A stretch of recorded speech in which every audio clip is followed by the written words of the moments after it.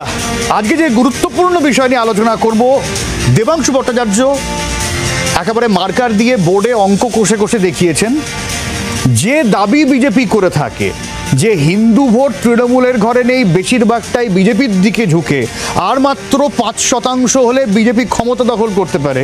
দেবাংশুর মতে এই অঙ্ক শুভেন্দু অধিকারীর একেবারে ভুল। তোষণের যে অভিযোগ সেই অভিযোগ একেবারে ভুল, কারণ সংখ্যালঘু যে সমর্থক রয়েছে সেই সংখ্যালঘু সমর্থকরা কিছুটা তৃণমূলের দিকে ঝুঁকে আছে, কিছুটা কংগ্রেস সিপিএম আইএসএফ এ ভাগ হয়ে আছে। সংযুক্ত মোর্চার কথা বলেছেন তিনি, এবং বিজেপি সেই জায়গা থেকে যদি কিছু না থাকেন হিন্দু ভোটের ক্ষেত্রে অন্তত তৃণমূল কংগ্রেস সবার থেকে অনেকটাই এগিয়ে আছে, অর্থাৎ বিজেপির যে দাবি সেই দাবি দেবাংশু নস্যাৎ করছেন। এই নিয়েই কথা বলবো। আমাদের সঙ্গে স্টুডিওতে দুজন রয়েছেন বিজেপির সর্বরী মুখোপাধ্যায় এবং সিপিএমের শতরূপ ঘোষ। আমাদের সঙ্গে তৃণমূল সমর্থক বর্ণবর্মণও থাকবেন। আমি বর্ণবর্মণ রয়েছেন আমাদের সঙ্গে। আমি শুরুতে শতরূপের কাছে। শতরূপ, দেবাংশুর এই অঙ্কটা আর শুভেন্দু অধিকারীর যে ৫% যে অঙ্কটা, এটা নিয়ে তুমি কি বলছো? দেখুন, আমার মনে হয় যদি আমি শুভেন্দু অধিকারী এবং দেবাংশু কারোর সঙ্গে আমি সাধারণভাবে রাজনৈতিকভাবে তো একমত হওয়ার কারণ নেই, তবে আপনি যদি একদম খুব লজিক্যালি দেখেন বা পশ্চিমবাংলার একদম সিট ধরে ধরে আপনি হিসেব করেন, তাহলে কিছুটা হলেও দেবাংশুর অঙ্কটা হয়তো ঠিক। এটা আমি বলছি, তার কারণটা হচ্ছে সত্যি সত্যি পশ্চিমবাংলার একটা, ধরুন বিজেপির যদি ভোট বাড়েও ৫% কথার কথা বলছি, বিজেপির তো হিন্দু ভোট বাড়বে, হিন্দু এলাকায় ভোট বাড়বে, এটা স্বাভাবিক জানা কথা, নিয়ে তো লুকোচুরি করে লাভ নেই। তাতে হিন্দু বেশ কিছু কনস্টিটুয়েন্সিতে বিজেপির হয়তো জয়ের মার্জিন বাড়তে পারে, যেখানে হিন্দু মেজরিটি কনস্টিটুয়েন্সি, কিন্তু তাতে যে মানে বেশি সংখ্যক আমাদের রাজ্যের ২৯৪টার মধ্যে বেশিরভাগ আসনে তাতে বিজেপি জিততে পারবে না। যেখানে তো ৫,০০০ ভোটে জিতছে সেখানে হয়তো ১২,০০০ ভোটে জিতবে কি ১৮,০০০। আর যে তুমি মেজরিটির কথা বলছো, দেবাংশুর মতে এই যে মেজরিটি হিন্দু যে সংখ্যাগুলো আছে সেখানেও তৃণমূল বাজি মেরেছে। না, সেখানে তৃণমূলের বাজি মারার প্রশ্ন না। দেখুন, মানে ১০ জনের মধ্যে ১০ জন হিন্দুই বিজেপিকে ভোট দেবে, তো গুজরাটেও হয় না, তাই না? এটা মধ্যপ্রদেশেও হয় না, তো রাজস্থানেও হয় না, তো পশ্চিমবাংলা দিবা হতে যাবে কেন? টেকনিক্যালি যদি বিজেপির থেকেই হিন্দুরা ঝুঁকে থাকে তাহলে তো হিন্দু মেজরিটি যেগুলো আছে তার কথার মধ্যে তফাৎ আছে সভ্য। বিজেপির দিকে হিন্দুরা ঝুঁকে থাকা একটা জিনিস, আর বিজেপি যদি ৫টা ভোটও পায় সেটা শুধুমাত্র হিন্দুদের মধ্যে থেকেই ভোট পাবে, তার বাইরে ভোট পাবে না, সেটা একটা অন্য জিনিস। আমি কেন কথাটা বলছি বোঝার চেষ্টা করো। ধরো বিজেপি যখন আমাদের রাজ্যে ৩% ভোট পেত, তখনও কিন্তু হিন্দুদের মধ্যে থেকেই হয়তো ৩% মানুষ বিজেপিকে ভোট দেন। তার মানে তো এই নয় যে আপামর হিন্দু সমাজ বিজেপির দিকে ঝুঁকেছিল। আমি এই জায়গাটায় বলছি। তবে আমি একটা জায়গাতে তার সঙ্গে এটা অ্যাড করতে চাই, আমাদের এই ধরনের আলোচনায় যে হিসেবটা আমরা মানে করি না অনেক ক্ষেত্রে, এবং দেবাংশু ওর যা রাজনৈতিক কি বলবো যে কালচারেও আছে তাতে ওর পক্ষে এটা করা সম্ভব না, তা হচ্ছে বিজেপির বিরুদ্ধে লড়াইটা শুধুমাত্র মুসলমান সমাজের লড়াই নয়, বিজেপির বিরুদ্ধে বাংলার হিন্দু মানুষের একটা বড় অংশ তারা হচ্ছেন, বা হয়তো দেবাংশুটা কিছুটা ইঙ্গিত দিয়েছেন, আমি জানি না, আমি পুরো কথাটা শুনি, তোমার মুখ থেকেই শুনলাম। বাংলার যে প্র্যাকটিসিং হিন্দু যারা ধার্মিক কিন্তু যারা ধর্মনিরপেক্ষ, তারাই তো বাংলার বা ভারতের মেরুদণ্ড, এবং সেই মানুষেরাও কিন্তু সবাই বিজেপির সঙ্গে একমত নয়। আমি কথাটাকে শেষ করছি এইটা বলে, ধরো এরকম ঘটনা আমরা আকছাত দেখতে পাই, বিশেষ করে হরিয়ানা বা এই ধরনের রাজ্যগুলোতে। মানে এই বছরও দেখলাম রোজা চলছে, সেখানে বিজেপির কোনো নেতা গিয়ে কোনো একজন সাধারণ মুসলমান মানুষ, তিনি রোজা দেখেছেন, তাকে জোর করে রোজা ভাঙিয়ে তার মুখে খাবার ঢুকিয়ে দেবে। হ্যাঁ, মানে এই ধরনের ঘটনা তো আমরা মাঝে মধ্যেই দেখতে পাই। সেখানে গতকালই খবরের কাগজে একটা খবর বেরিয়েছে, তোমরা সবাই হয়তো অনেকে পড়েছি আমরা, আমাদের রাজ্যের রায়গঞ্জের পরেশাত্মানন্দ মহারাজ, তিনি মানে একটা জায়গাতে মানে তার ছাত্রদেরকে খাওয়াচ্ছিলেন দুপুরবেলা। সেখানে একজন ছাত্র মহসিন বলে, তাকে তিনি খাবার দিতে যান, তিনি বলেন যে আমি খাবো না, আমি কেন খাবে না, যে আমি রোজা রেখেছি। তখন তিনি তাকে, সেই মহারাজটাকে ফল দিয়ে বলেন তুমি যখন রোজা ভাঙবে তখন এই ফলগুলো খেও। আমি বলছি যে গায়ের জোরে একজন রোজা রাখা মানুষের মুখে খাবার ঢুকিয়ে দেওয়াটা ভারতের মানে বা বাংলার হিন্দু মানুষ সেটাকে অনুসরণ করবেন, নাকি রামকৃষ্ণ মিশনের মহারাজকে অনুসরণ করবেন, যিনি সস্নেহে তার একজন মুসলমান ছাত্রকে ফল তুলে দিচ্ছে যে তুমি রোজাটা যখন ভাঙবে তখন এই ফলটা খেও। আমি বলছি দ্বিতীয় পথটাই হচ্ছে সত্যিকারের ধার্মিক কিন্তু ধর্মনিরপেক্ষ মানুষের তাদের পথ, এবং বাংলার বেশিরভাগ মানে হিন্দু মানুষ সেই পথকেই অনুসরণ করবেন বলে আমাদের বিশ্বাস। কিন্তু এই জায়গা থেকে সর্বরোধী আজকেও বিজেপির তরফ থেকে অভিযোগ করা হচ্ছে ভোটার লিস্টে বিভিন্ন জায়গায় বেছে বেছে নাকি হিন্দুদের নাম বাদ দেওয়া হচ্ছে। এইটা অভিযোগটা নিশ্চয়ই তোমরা এই জায়গা থেকেই করছো, যে কারণ তোমরা মনে করছো যে হিন্দু ভোট তোমাদের দিকে অঙ্কটা ওখানে খেলার চেষ্টা করছে। যেই অঙ্কে তোমরা অভিযোগ করেছিলে যে হিন্দি ভাষীদের নাম কেটে দেওয়ার বা চক্রান্ত চলছে, সেই অঙ্কে তাহলে তোমরা বলছো হিন্দু ভোট কেটে দেওয়ার ছক করছে। না, মানে অঙ্ক করছে কে, মানে অঙ্কবিদ যে দেবাংশু কিছুদিন আগেও যাকে চৌকাট নেতা বলা হতো, কিন্তু যেটা কথা সেটা হচ্ছে এক্ষুনি শতরূপ বললেন রায়গঞ্জে যে স্বামীজি মহারাজের কথা যে বলেছেন ফল খাবে, হ্যাঁ, তো সেইটা যেমন তেমন শতরূপ কি জানে যে রায়গঞ্জে একজন হুজুর, এটা কার সম্পত্তি? এটা ওয়াকফের সম্পত্তি। এটা করতে করতে ইস্ট বেঙ্গল ক্লাব কার সম্পত্তি? ওয়াকফের সম্পত্তি। মোহনবাগান ক্লাব কার সম্পত্তি? ওয়াকফের সম্পত্তি। এটা করতে করতে এখন নবান্ন কার সম্পত্তি? ওয়াকফের সম্পত্তি। কাল শতরূপের বাড়িতে গিয়েও বলতে পারে এটা ওয়াকফের সম্পত্তি, আমার বাড়ি এসেও বলতে পারে এটা ওয়াকফের সম্পত্তি। এই যে কথাগুলো বলা হচ্ছে এবং এই কথা বলবার পরে প্রশাসন থেকে কোনো ব্যবস্থা নেওয়া হচ্ছে না, এইগুলোই আসলে দেবাংশুদের শক্তি বলে আমি মনে করি। তার কারণ এই কথাগুলো বলবার সাহস দেখাচ্ছেন যারা, তারা তো একটা বিষয়কে ফুলিয়ে ফাঁপিয়ে উঠছে বলেই তো মনে করুন হুমায়ুন বলতে পারেন যে আমাদের কাছে আগে আমার জাতি আমার কম, তারপরে তৃণমূল, এটা বলতে পারেন। এবং বলতে পারেন বলেই বলতে পারেন যে 2 ঘন্টার মধ্যে যদি না ভাগীরথীর জলে কেটে ভাসিয়ে দিই, কারণ তোমরা 30 আমরা 70। তিনি বলতে পারেন যে মুর্শিদাবাদের বিজেপির সভাপতিকে আমার গাড়ির সামনে বেঁধে নিয়ে গিয়ে নদিয়াতে রেখে আসবো, নদিয়াতে যা খুশি করো। এই কথাগুলো বলতে পারেন কি করে? এই কথাগুলো এই জন্য বলতে পারেন যে এইটা হচ্ছে তৈরি করা। আমি সভ্য সর্বরীতির সাথে একটা জায়গাতে অবশ্যই একমত যে হুমায়ুন কবির যে কথাটা বলেছিল তাতে হুমায়ুন কবিরের কঠিনতম শাস্তি হওয়া উচিত ছিল, এবং মমতা বন্দ্যোপাধ্যায় একেবারে সাম্প্রদায়িক রাজনীতির সুবিধা নেবেন বলেই সেই শাস্তি দেননি। কিন্তু আবার এইটাও ঘটনা, আমি হচ্ছে এই কাঁধে করে তুলে নদিয়ায় ফেলে দিয়ে আসবো, এই কথাটা বলা যদি অপরাধ হয়ে থাকে তাহলে মানুষের ভোটেই জিতে আসবে যে মুসলমান বিধায়করা সামনের বার, তাদেরকে কাঁধে করে বিধানসভার বাইরে ফেলে দেবো। এইটাও একই রাজনীতি, আমি একজন বলিনি, আমি তো ইন্টারাপ্ট করিনি, ওটাও একই রকম অপরাধ। দেবাংশুর অঙ্কের কথা আবার আসি, যেখানে 10-এর মধ্যে 4 জন, এই 6 জন মুসলিম ভোট তৃণমূলে আছে, গড় হিসেব 4 জন আছে সংযুক্ত মোর্চার কথা বলেছেন তিনি। তাহলে এই 4 জনের কাটাকুটিতে কোথাও গিয়ে বিজেপির ফায়দা হচ্ছে কিনা এই প্রশ্ন বর্ণবোধহয় তুলতে চাইছি আমি। সংখ্যাটা 4 না 4.5 আমি বলতে পারবো না, কিন্তু আমি একটা কথা আপনাদেরকে বলছি, ধরুন পঞ্চায়েতে এত ঝামেলা এত মার্কাটের পরে আপনি যদি ফলাফল দেখেন, আমরা যে 22.5% ভোট পেয়েছি এবং যে পঞ্চায়েত, যে জেলা বা যে পঞ্চায়েত সমিতির আসনগুলোতে তৃণমূল হেরেছে বা গ্রাম পঞ্চায়েত পঞ্চায়েত সমিতি তৃণমূলের হাত থেকে হাতছাড়া হয়েছে এই 2023-এর পঞ্চায়েতে, সেইগুলো হচ্ছে প্রায় 80% দেখবেন আপনি মুসলমান প্রধান এলাকাতে, সংখ্যালঘু প্রধান এলাকাতে। তার কারণটা কি? একটা বড় অংশ, 70% হতে পারে, কিন্তু কারণটা কি? কারণটা হচ্ছে আমাদের সবচেয়ে ভালো ফলাফল হয়েছে মালদা, মুর্শিদাবাদ, নদিয়া, হুগলির একটা অংশ, এই সমস্ত জায়গায়। কারণটা কি?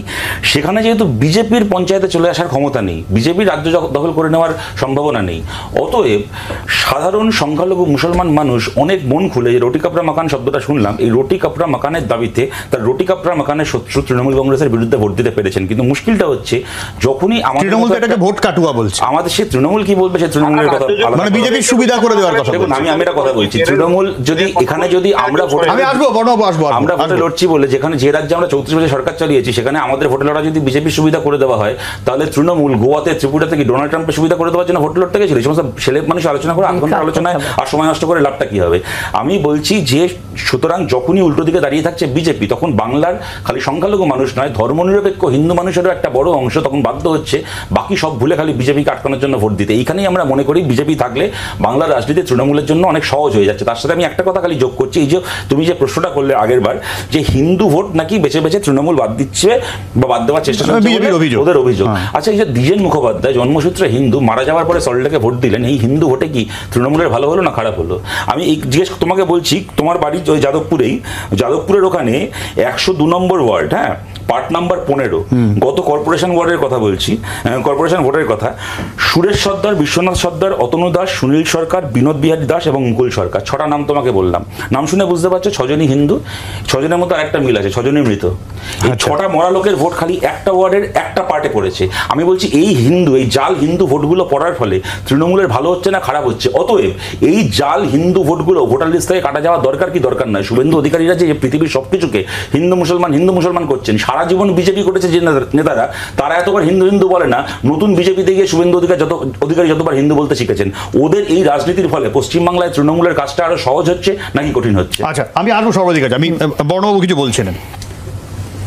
দেখুন, আমি একটা কথা বলতে চাই, শতরূপরা যতই যাই যুক্তি দিই, একটা কথা বুঝতে হবে, মানুষ ওদেরকে প্রত্যাখ্যান করেছে।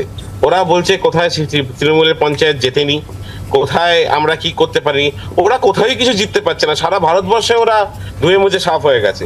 তাই জন্য এই অবান্তর কথাবার্তাগুলো যতই বোঝানো ভালো করে ও প্রেজেন্ট করার চেষ্টা করুক, সেটা সবাই বুঝে গেছে যে এই বলে কোনো লাভ হবে না। বাস্তবটা হচ্ছে ওরা জিরো, এবং মানুষের কাছে, মানুষের জন্য জিরো, অন্য কোনো কারণের জন্য না।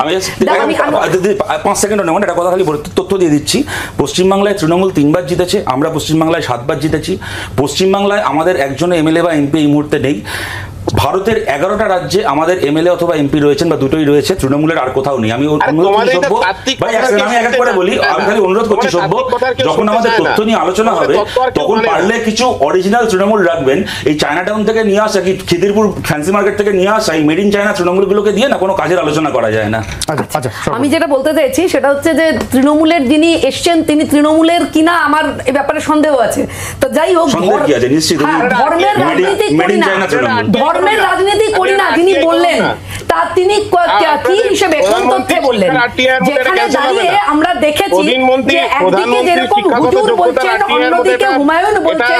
আবার আমরা এও দেখেছি যে মাননীয় মুখ্যমন্ত্রী মমতা বন্দ্যোপাধ্যায় তিনি ঈদের অনুষ্ঠানে গিয়ে বা কোনো ইয়েতে গিয়ে তিনি বিজেপিকে গালাগাল করছেন। আমরা এও দেখেছি যে বিভিন্ন জায়গাতে হিন্দুত্ব নিয়ে নানান রকম মানে অপ্রাসঙ্গিক এবং অসভ্য কথা তৃণমূল নেতারা বলে আসছেন।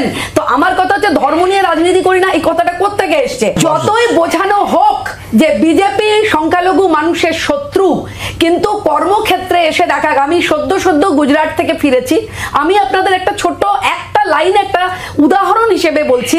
সোমনাথ মন্দির যেখানে, সেই 2 কিলোমিটার ব্যবধানে যদি 100টা লোকের বাস হয়, তার মধ্যে 80টা মানুষ কিন্তু সংখ্যালঘু মানুষ, যারা দোকান করছে, যারা অটো চালাচ্ছে, যারা বিভিন্ন যারা তীর্থযাত্রী তাদের নিয়ে যাচ্ছেন, এবং তাদের অভিজ্ঞতা থেকে আমি নিজে যেহেতু গেছিলাম, তাতে বিভিন্ন অভিজ্ঞতা থেকে আমি যা বুঝলাম, তাতে এই যে একটা জুজু দেখানোর খেলা তৃণমূল খেলছেন, এবং এই যে একটা জুজু দেখাবার খেলা খেলে তৃণমূল পশ্চিমবঙ্গে একটা দাঙ্গা সৃষ্টি করবার চেষ্টা করছে, এটাকে নস্যাৎ করছে বিজেপি। তার কারণ আমরা জানি আমাদের নেতা এবং কেন্দ্রীয় মন্ত্রী সুকান্ত মজুমদার বারবার বলেছেন, জ্ঞানের আলো পৌঁছলে পরে এই সংখ্যালঘু মানুষ কিন্তু শুনবই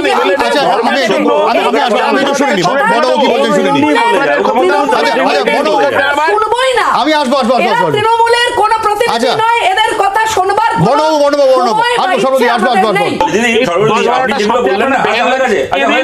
কথা বলতে পারবে না। আমি বলছি যে এই যে হুমায়ুন কবিরের এই কুৎসিত কথাগুলোকে নিয়ে এতবার রেফার হচ্ছে, তো হুমায়ুন কবির 2019 সালে মুর্শিদাবাদে বিজেপির প্রার্থী ছিলেন, বিজেপি জয়েন করেছিলেন। এই হিন্দুদেরকে কেটে জলে ভাসিয়ে দেবো বলা লোকটা কিন্তু এবং তাকেও কিন্তু বিজেপি বা মোদিজি উন্নয়নে সামিল করতে দ্বিধা করেননি। দ্বিতীয় কথা বলছি যে এই যে হিন্দুত্বের কথাটা আপনি বললেন, দেখুন আমি যে উদাহরণটা দিলাম, যে এই যে একজন যিনি রোজা রেখেছেন তার মুখে খাবার ঢুকিয়ে দেওয়া, এটা হচ্ছে হিন্দুত্ব। আর এই পরে হিন্দুত্ব নয়, এটাই হিন্দুত্ব। এবং আমি বুঝে নি, এটা বুঝে নি, পরে সত্যানন্দ মহারাজ, রামকৃষ্ণ মিশনের পরে সত্যানন্দ মহারাজ যেটা করেছেন সেটা হচ্ছে হিন্দু ধর্ম। এই হিন্দু ধর্মকে সম্মান করা যায়, কিন্তু আপনাদের আরএসএস এর হিন্দুত্বকে হারাতে হবে। আমি তো আপনার মাঝে ও বলছে, ওর মাঝে বলুন আমি কি দোষ করেছি বলুন, আমাকে বলতে দিন। এবং আপনি গুজরাটের যে উদাহরণ দিলেন, দিদি আমরা তো কদিন আগে দেখলাম যে কুম্ভ মেলায় ঘোষণা করে দেওয়া হলো যে কোনো মুসলমান ওখানে স্টল করতে পারবে না, এবং তার ফলে একটা অসুবিধাও হলো। পরে এত লোক স্ট্যাম্পিড হবে আগে থেকে জানা ছিল না। যদি মুসলমানদের স্টল থাকতো, দোষটা ওদের উপর চাপিয়ে দেওয়া যেত। পরে যোগী হয়তো আঙুল চুষলেন যে বাবা বেচারা তখন ওই করতে গিয়ে বাড়তি কেস খেয়ে গেলাম। কিন্তু এইগুলোকে কিন্তু আমরা দেখেছি। আমি সেই কারণেই বলছি, যখনই বিজেপির ক্ষমতায় আসার সম্ভাবনা দেখা যায় বা বিজেপির প্রধান অপোজিশন স্পেসটা বিজেপি অকুপাই করে, তখন কিছু মানুষের ভোট অটোমেটিক্যালি হচ্ছে তৃণমূলের দিকে চলে যাচ্ছে, যাতে কিনা তৃণমূলের সুবিধা হচ্ছে। এবং আমার শেষ কথা, ভাই সভ্য, তুমি আমাকে অনেক সুবিধা হচ্ছে না, সুবিধা করে দেওয়া হচ্ছে, অভিযোগ তুলছো, করে দেওয়া হচ্ছে হোয়াট এভার, সেটা যে যেভাবে ইন্টারপ্রিট করবে। বিজেপির ভোট যাচ্ছে না, বিজেপির ভোট যাচ্ছে না, যাকে জিজ্ঞেস করছি বিজেপির ভোট, সিপিএম এর ভোট বিজেপি পাচ্ছে, সেটা ভুল। তুমি আমাকে অনেকদিন ধরে চেনো, তুমি আমাকে জানো আমি মমতা বন্দ্যোপাধ্যায়ের তীব্র বিরোধী, কিন্তু আমি কখনো মমতা বন্দ্যোপাধ্যায়কে এই যে এই ধর্মীয় উস্কানি খারাপ কথা নিয়ে কথা হচ্ছে, আমি কোনোদিন মমতা বন্দ্যোপাধ্যায়কে মমতাজ বেগম জাতীয় শব্দ ওনার জন্য ব্যবহার করিনি। কিন্তু এই শব্দটা ব্যবহার করতেন যিনি, সেই বাবুল সুপ্রিয় কিন্তু এখন তৃণমূলের ক্যাবিনেটের মন্ত্রী। এরকমই এর রাস্তায় ঘুরতে ঘুরতে রাস্তা থেকে ধরে আনছে, চল 24 ঘন্টায় চল তুই তৃণমূল সাজবি, এরকম মানে কি বলবো, মেড ইন চায়না তৃণমূল নয়, একেবারে তৃণমূলের বাড়ি থেকে মন্ত্রী ধরে এনে একজন তিনবার বাবুল ডাহা সুপ্রিয়। ফেল করা। তিনি মমতা বন্দ্যোপাধ্যায়কে মমতাজ বেগম বলতেন। শুভেন্দু 22 অধিকারী লাখি যিনি আজকে মমতা বন্দ্যোপাধ্যায়ের সম্পর্কে এত কথা বলছেন, এই শুভেন্দু অধিকারী মমতা বন্দ্যোপাধ্যায়ের ব্লু আইড বয়, মমতা 22 লাখি বন্দ্যোপাধ্যায়ের গাড়ি দলের চড়া তৃণমূল নেতা সর্বহারা। ছিলেন একটা আচ্ছা। সময়। সুতরাং বাংলাকে আমার এই পাপ পয়সায় ওরাই বিয়ে, উপহার পরিবারের দিয়েছে, পয়সায় ওরা জীবনযাপন। বিদায় হলেই বাংলা থেকে পাবে। আচ্ছা বড় আমি আসবো সরকারি বড় আপনি বলুন আপনি বলুন। আচ্ছা না বলুন শোনা যাচ্ছে না, বাইরে তো শোনা যাচ্ছে। জন্য বড় বড় কথা বলছে। বলছেন। আরে আমি চায়না টাউন হই আর ট্যাংরা হই, আমরা আপনি চ্যাংড়া, তোমাদেরকে আপনি হারিয়ে চ্যাংড়া, দিই, জনগণ তোমাদের না প্লিজ আপনি চ্যাংড়া। না সদর প্লিজ প্লিজ না সদর আরে প্লিজ যাই মোছেন, 3 বার হেরে আপনি যাওয়া কে হেরো কোত্থেকে? আপনি কোথা থেকে? বাড়ি কোথায়? যারা বেলতলায় বাড়ি একবার কোথায়? যায়, না, না, তুমি সদর, বারবার please, যাও। ব্যক্তিগত আক্রমণ, আমরা please। না, কে? আমি না, চিনতে সদর, পারি না please, কে? please। আরে ইনি কে? বড় আপনি বলুন ইনি কি আপনি বলুন। তৃণমূলের প্রতিনিধি? এনার সাথে কেন কথা বলবো? সবার মাঝখানে কথা বলে যাচ্ছেন, ইনি কে? আচ্ছা সদর প্লিজ বলতে দাও প্লিজ। সজল ঘোষের ছেলে শতরূপ ঘোষকে আমি বলছি যে আমি কে, ও আরটিআই করুক, ও জানতে পেরে যাবে।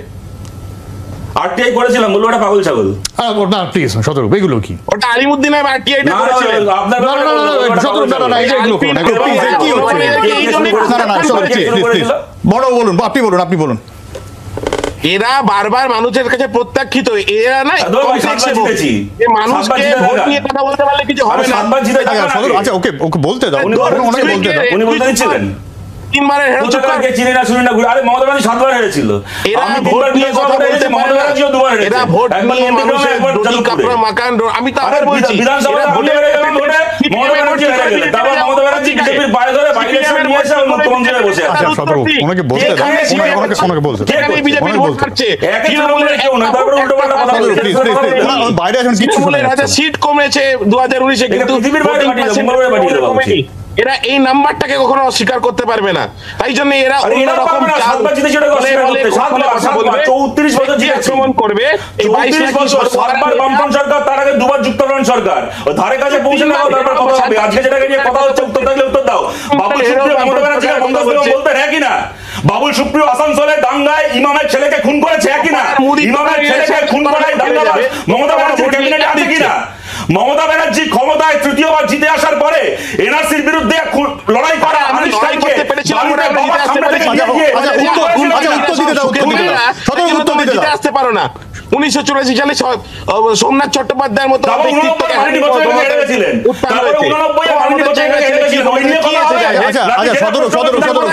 সদর ওনাকে উত্তর দিতে দাও, সর্বরী বলতেই পারছেন। উনি কোন কথার উত্তর দেবেন সেটাই তো আচ্ছা, বুঝতে আমার পারছি কাছে- না। আমার কাছে- আলোচনা তো আচ্ছা, ছিল চৌকাঠ আচ্ছা। নেতার অঙ্ক নিয়ে। কি জ্বালা! আরেক চৌকাঠ আপনি চলে চৌকাঠ এসছে। নেতার অঙ্ক নিয়ে কথা বলুন। আপনি অঙ্ক নিয়ে কি বলছেন?